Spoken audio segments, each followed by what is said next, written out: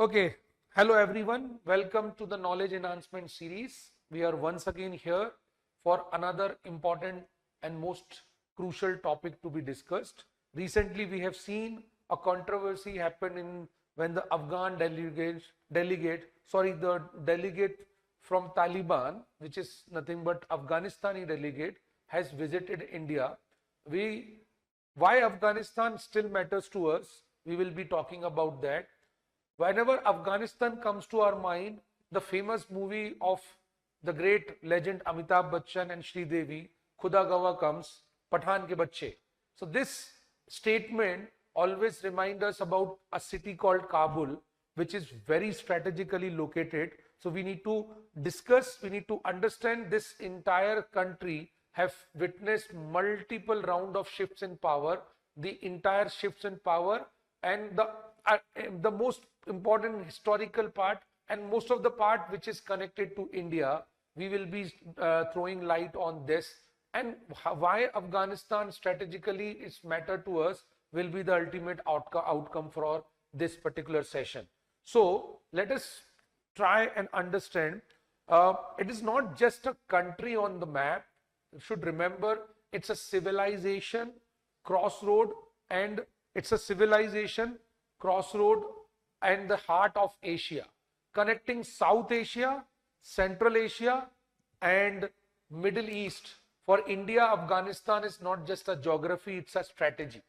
It's our bridge to Central Asian energy market, a buffer against the Pakistan-China axis, the CPEC that we are talking about, and a key piece in regional counter-terrorism and trade diplomacy. Even today, Taliban delegates visited different countries, in recently India.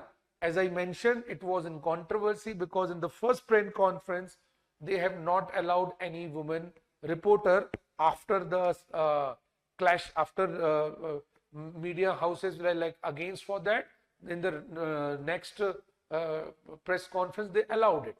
So the delegation was there in India recently. Maintains its humanitarian outreach. They are constantly reaching out all the countries, sending 50,000 tons of wheat and vaccine via Chabar port, bypassing Pakistan is one of the India's biggest trade, biggest reach out to Afghanistan. So despite decade of war, Afghanistan still shapes Asia's balance of peace, pipeline, and power. Let us move further by understanding the great game begins in the 19th century.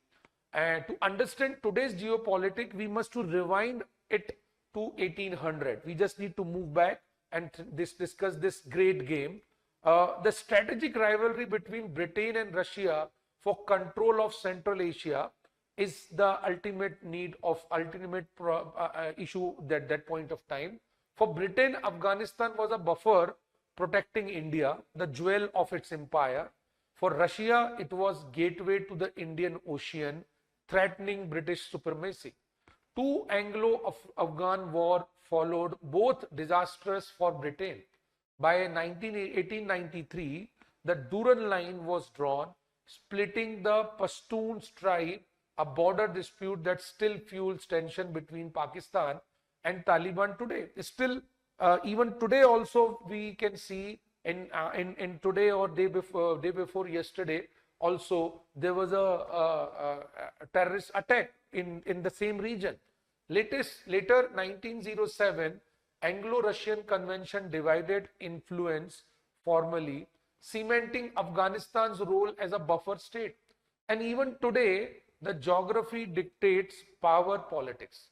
It's where China's BRI, Belt and Road Initiative, meets India's Chabar and North-South corridor strategy. So yes, the great games never ended. It simply changed players. So let us move further the independence and the modernization of Afghanistan. From 1919 to 1973, there are a lot of development had to happen and under Afghanistan.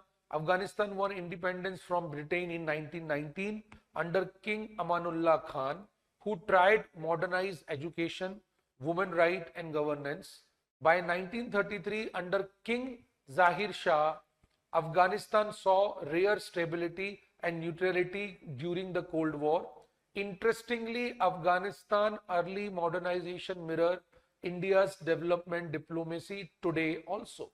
Both believed reform bring stability, but like many nations, Afghanistan's reform lacked strong institutions. And modernization without institution eventually collapsed, a lesson that still echoes across developing nation. So this, in the entire context, we can see they got a great opportunity, but because of the lack of proper institution, it collapsed. So let us move to the further then the communist era. So from there, the communist era, we know post world Cold War, the communists became more stronger, and then slowly they were reaching out to the different nation.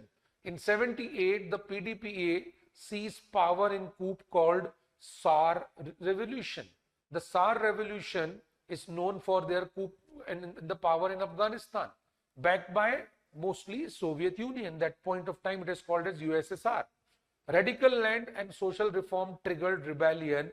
By 1979, the USSR invented sending over 100,000 troops to support the communist regime. The US countered with Operation Cyclone, channeling weapons and money through Pakistan's ISI to fund the Mujahideen. This proxy war turned Afghanistan into a cold water battle. And this is where the birthplace of Al-Qaeda and Taliban, and there the famous terrorist Osama bin Laden was born. That time nobody was knowing Osama bin Laden because of the US funding the war against Russia's communist regime. They funded the war for Taliban, and then we know what was happened from that. From when the Soviet withdraws in 1989, they left behind a broken state and a power vacuum. Today, the echoes return. Russia diplomats are back in Kabul because of the Taliban is reached out. And in 2024, Taliban leader even attended a St. Petersburg economic reform. History repeat, same stage, new motivations. Then the civil war started. The civil war was there from rise of a Taliban and the civil war from 1989 to 2001. After the Soviet withdrawal, Mujahideen faction fought for power. By 1996, the Taliban emerged, promising order but enforcing a strict version of Sharia law. Women were banned from education and work. Afghanistan became the base for Osama bin Laden, Al-Qaeda leading to 9/11. Once again, the world learned how instability in Afghanistan can ripple globally. And even in 2024, the UN calls the Taliban restriction on women gender apartheid. So this is about the how Taliban been interlinked. Then the most infamous war started in the era of 21st century, that US invaded, and they remained for 2 decades in Afghanistan from 2001 to 2021.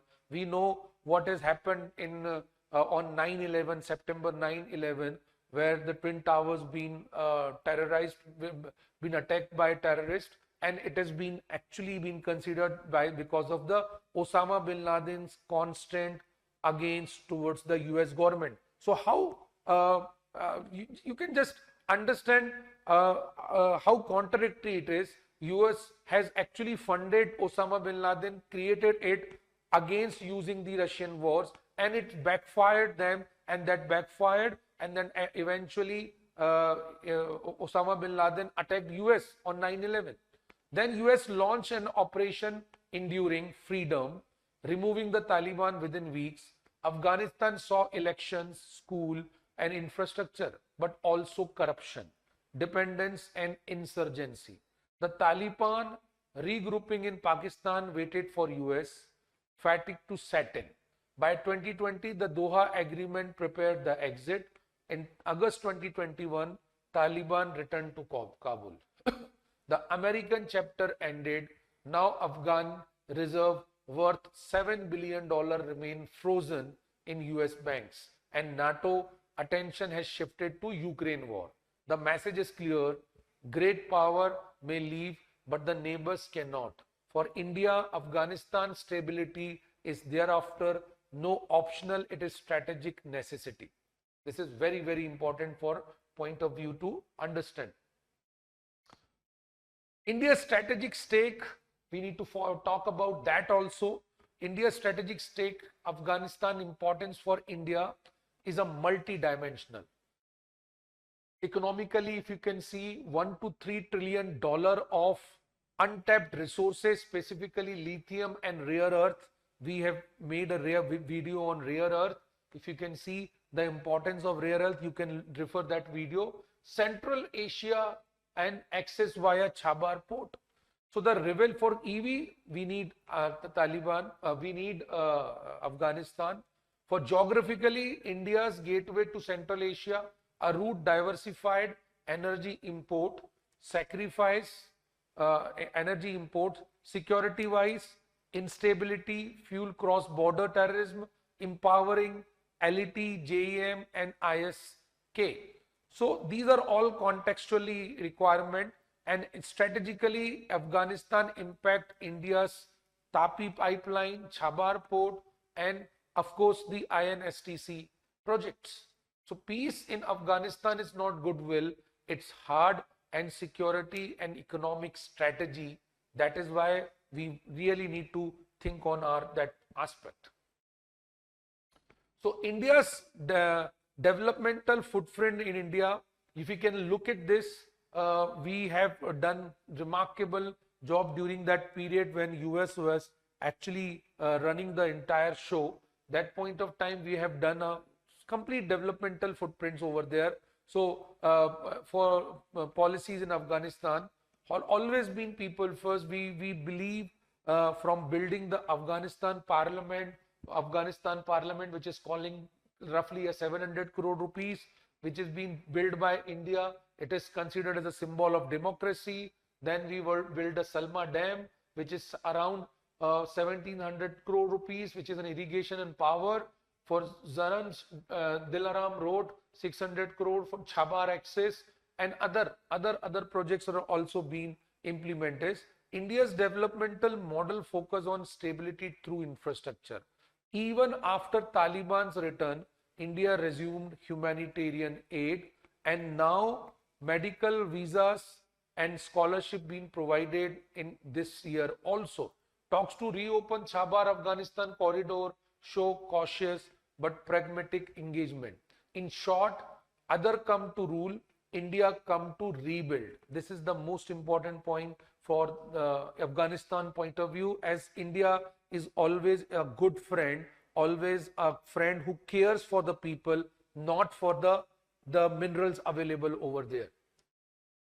Then the Taliban takeover and India's balancing act. As we know, in 2020, Taliban has regrouped itself and became Taliban take over the force and India to walk a fine diplomatic line.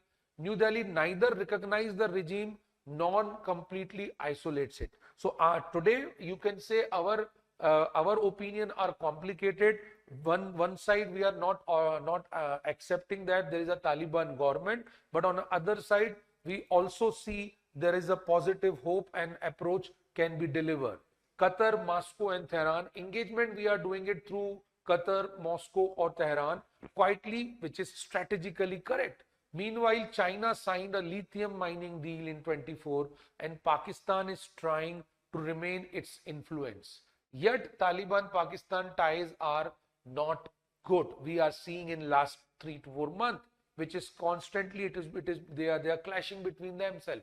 So clashes in different areas, different cities like clashes at Torkham and Spin Boldak in 25 show that even Taliban resist Islamabad's control. So they don't want completely Islamabad controlling Taliban. India's approach is calibrated. observe, engage, but don't overcome it. That's the key here. Now, let us look into the regional power dynamicators and agendas. Power dynamics is the new grade game. The players have changed. China see Afghanistan as a part of its BRI and lithium deals. BRI and lithium deals. Then Russia counter with Chabar. And at the north-south corridor, it's essentially the Silk Road versus the Spice Route. India is more on favoring. India is looking into more this as a developmental role, and but the data energy and the pipeline replacing is very, very important here. So Pakistan is seeing it's a strategic depth. Iran is looking for Chabar strategic port. USA withdrawing. USA, the main stakeholder initially, has largely exited, and they are not seeing any leverage over here. They are not seeing any positive over here. So they are not just simply exited from the region. So India's model based on democracy, partnership, and trust. This is altogether different from other stakeholders. Stand out a non-coercive alternative in the region.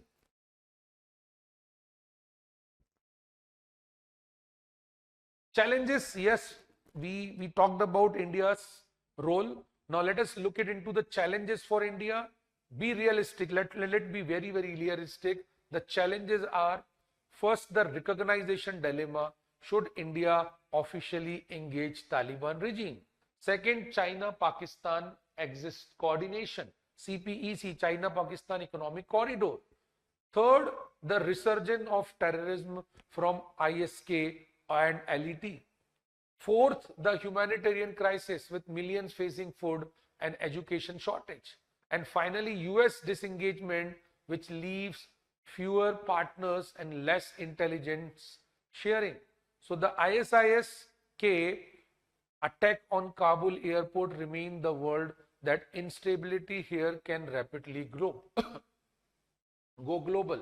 That's why India now works closely with SCO for counter coordination. The way forward for India? The answer is pragmatic realism. Engage without endorsing. Continue humanitarian aid via neutral platform like UN. Use Iran, Russia, Qatar as indirect diplomat channel. Expand Chabar port. India now hold a 10-year operational lease, strengthening regional ties through SCO and Quad Plus. And finally, promote digital diplomacy, online learning, healthcare, culture outreach to connect directly with the Afghanistan people. In short, help Afghanistan handle the Taliban smartly. And then finally we could conclude, Afghanistan has always been a testing ground of empire, from the British to the Soviet to the Americans. But India's relationship is civilization, not colonial. Our goal is not dominance, but stability, connectivity, and compassion. As India's diplomat says, engage without entanglement, support without surrender. Afghanistan will always remain at the heart of Asia, and India as a responsible regional power must remain at its heart too. Because in the end, empire comes from power, but India stays for people. So from this, I conclude my topic, and I personally believe this being more a strategic topic for India, how we are building relationship with Afghanistan. Although we all know Afghanistan is currently not exactly in our border, but it's very, very important state to be stable, more secure, then we can flourish in our trades, specifically surpassing the China's Belt and Road Initiative with Pakistan. The name is CPEC. So this is a very important learning. I hope you enjoyed listening this. If you liked the video, please like and subscribe. Any query, any comment, would love to share from you. Thank you so much.